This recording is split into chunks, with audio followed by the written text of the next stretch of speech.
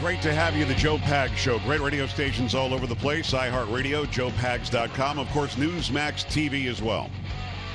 My pleasure to have you along for the ride. Lots going on. 1-800-383-9624, joepags.com. All right, so I've had Scottie Nell Hughes on many, many times on television, on radio, and I just think the world of her. Scottie, how are you? I am doing fantastic. How are you doing, Joe? I'm doing wonderfully. And when I found out that you were able to talk about Donald Trump's policies, his thoughts, his ideas on child care, I jumped at the chance, and I appreciate you moved some things around to be on with us tonight. Absolutely, and this is something near and dear to my heart because I personally am having to make these decisions Right. like so many families are right now. And so it's always good to actually talk about something that you have firsthand experience with. Exactly right. And that's why I love to have you on, and we love you. Just to let people know, just sort of set the groundwork, you have 32 children, right? You've got quite a few. How many kids? Because I've actually done live interviews with you on television and radio, and I remember you telling me as we were setting up the interview, hold on, I'm going to tell my children who are all in the other room jumping around like monkeys to calm down for a minute. So how many do you have? I feel like that. Well, I have 3, if that includes my husband, who I adore lovingly.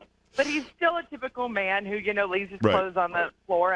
And I can't necessarily, send to his room and be grounded because that leaves me with the kids alone. Right. But no, I have 2, an 8 and a 9-year-old. Okay, and you're a working mom. I mean, you're somebody who people have seen on television and heard on radio for a long time, and you're somebody who runs a very important website. You're part of the Tea Party News record, all that stuff. You're working your face off, and so childcare, as you said, is going to be paramount. What I didn't do heading into this interview, well, what I normally will do is I'll get all the background that I need. I didn't do that at all, knowing that I would have you on.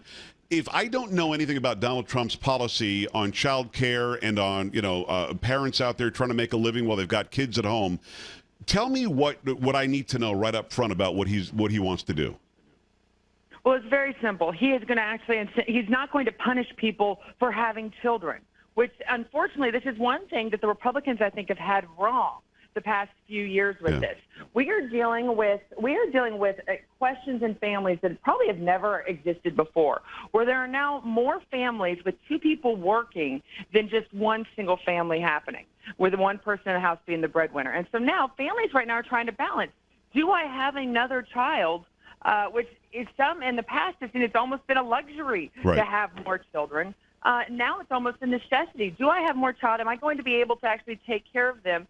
Or does it actually cost me? We always hear parents go, it costs more for me to actually put my child in daycare and work than it would be for me to stay at home.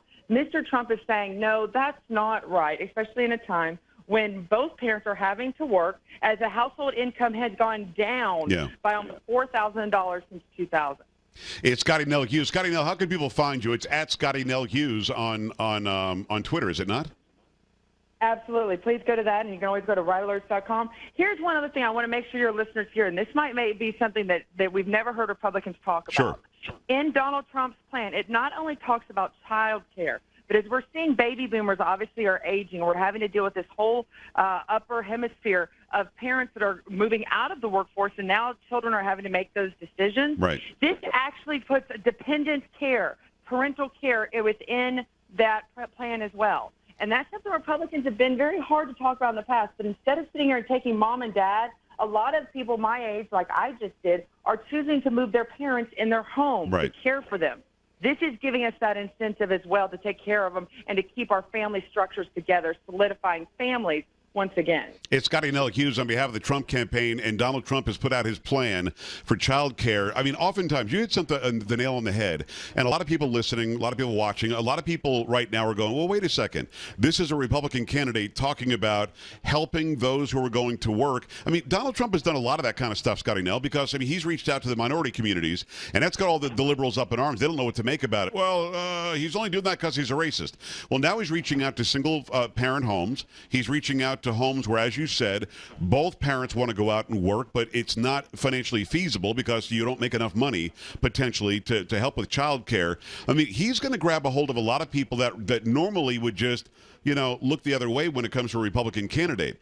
Is this really how he feels? And I'll ask you this very directly. Or is he doing this because it's a campaign? I mean, he really believes in this? I think he does, and I think his eyes have been opened with Ivanka, his daughter, actually having to experience it herself of being a working mom, where he never had that before. And so I think this is actually what he feels. So many times with our government, we incentivize people to stay at home and not work. That is what our welfare system is. It is incentivizing people not to work. Right. That is against everything Mr. Trump believes in. And so this program right here is incentivizing to put America back into work. That's the number one way you want to rejuvenate every race, every gender. You want to rejuvenate our economy truly and not have it just this, I would say, like a plexiglass, this fake idea of recovery. Right. Put people to work. And when people work, I mean, suddenly their horizons are opened up. And I mention this a lot of times in what I do. It's so much easier to find a better job when you have a job. Getting from out of the workforce into the workforce is the hard part. And you're right. We incentivize people through welfare. We incentivize people through how long unemployment lasts now. And if you dare go and get a part-time job, they take away almost all of your unemployment money. They actually incentivize you, as you said, to stay at home and do nothing. Because if you're controlled by the government, Scottie Nell, what are you going to do? You're going to vote for those people that are giving you that handout. You have to give people a hand up, get them back to work. Is he talking about any actual numbers? How much money is available to a single parent household? How much money is available for both parents to go out and work? How much money is available, or what the incentive is to bring mom or dad in to your home? Are we getting specifics that way? Yes, you absolutely. Let's talk a little bit, and I'll keep this kind of short for you. Sure. There's a lot of numbers. I will tell you the sheets in front of me. I have 6 sheets of numbers in front of me. Now, so Scottie Nell, are you telling my listeners and me that I'm not smart enough to hear the numbers? Is that what I just heard you say just now? No, I'm telling you that there's 6 sheets in front of me, and you only have 3 more minutes left of this. I got you. So, Absolutely. Go ahead. I'm not an auctioneer, but let me say this. It says for a family earning $70,000 per year in the 12% tax bracket with a $7,000 in child care expenses, the deduction will reduce your taxes by $840 per year. Great. The plan will offer child care spending rebates to lower income taxpayers. This could mean almost $1,200 per year per eligible family. You will get your numbers when he gives his speech tonight and what brackets he puts people in. And he's also going to be setting up these health savings accounts, which we have found to be very, very helpful when it comes to, and that's the thing. We're also missing the other side of this. Our small businesses have been incentivized to only hire part-time workers, to not give people benefits. This will help start encouraging those small-time businesses to grow again by bringing on full-time workers that they can build loyalty and stability with. On behalf of the Trump campaign, it's Scottie Nell Hughes, at Scottie Nell Hughes on Twitter. What is the website again? Go to rightalerts.com. Rightalerts.com. We'll make sure that people do that. It's interesting what you said, because it's 100% right. When Obamacare came into action, it actually punished companies that employ more than 50 people full-time. So what did companies do? Instead of offering benefits that Obama tried to force them to do, they just started going back to less than 50 full-time employees. Those who were full-time were knocked down to part-time. Those who were part-time were knocked out of the workforce completely. Why keep them on? Because if they're not in the workforce completely, they get free health insurance online. It disincentivized companies from hiring more people, expanding, doing more research and development, and offering more services or goods. We also didn't see a decrease by $2,500 a year in our cost for health care. We saw a massive increase. I've seen 30, 40, 50, 60%. Many people listening have seen even higher than that. So tonight, Mr. Trump is going to come out and he's going to talk about that specifically and relate it to child care? Mm-hmm. Absolutely. That's exactly what he's going to do. And when he puts it out there, those watching will think, okay, I make X amount of dollars. I now understand what a Trump presidency looks like financially for me. And that's why Mr. Trump's message has resonated from the very beginning. Yeah. Washington, D.C. wants to make it as complicated, makes you want to have your eyes glazed over, that you don't realize what's going on until maybe you get that tax bill on April 15th when you go to do your taxes. Yeah. Mr. Trump, from the very beginning, has taken something extremely purposely made complicated and made it simplified to where people go, you know what? That's $750 extra that I'm not going to be paying next year. Good for me. I can say I can consider that to be a savings. So this is what this plan is going to be. Like I said, it's very detailed, but it's very easy to understand where, and I imagine they'll have it posted up on his website very soon, that you can go and visit donaldjtrump.com and you can look and see how this will affect your household budget the second Congress decides to pass it. Before I let you go, because you know I love you like crazy, we have to talk about the fact that you and I are both in the basket of deplorables. How do you feel as though Mr. Trump has handled that direct attack on at least 50% of those who support him? And going forward, should that ever be forgotten about in the next 60 days? I mean, this is very much Mitt Romney's 47% comment, but much worse. Much worse. And here's the one thing that I don't think we're spending enough time talking about. I think Mr. Trump and his campaign has handled it beautifully. But here's what scares me. Not only was this not a rehearsed line, but the audience's reaction to when she said it. It was hooting. It was hollering. It was cheering. It was laughing. These folks were excited about, I guess, all of that hate being in America, supposedly, or all of that hate that she was throwing on this group. That's what scares me, because those are American voices right there.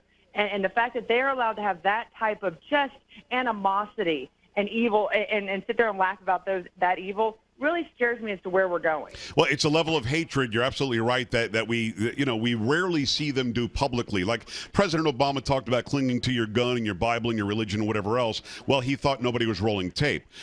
This time, she knew she was in front of cameras. She knew the microphone was on, and she knew the audience in front of which she was speaking, and didn't even hesitate to say it. Now, she tried to back away a couple of days later, but so what? It's already out there, and we now know how you really feel. And you're right. Her fans, her supporters are so anti anybody who doesn't completely align with them.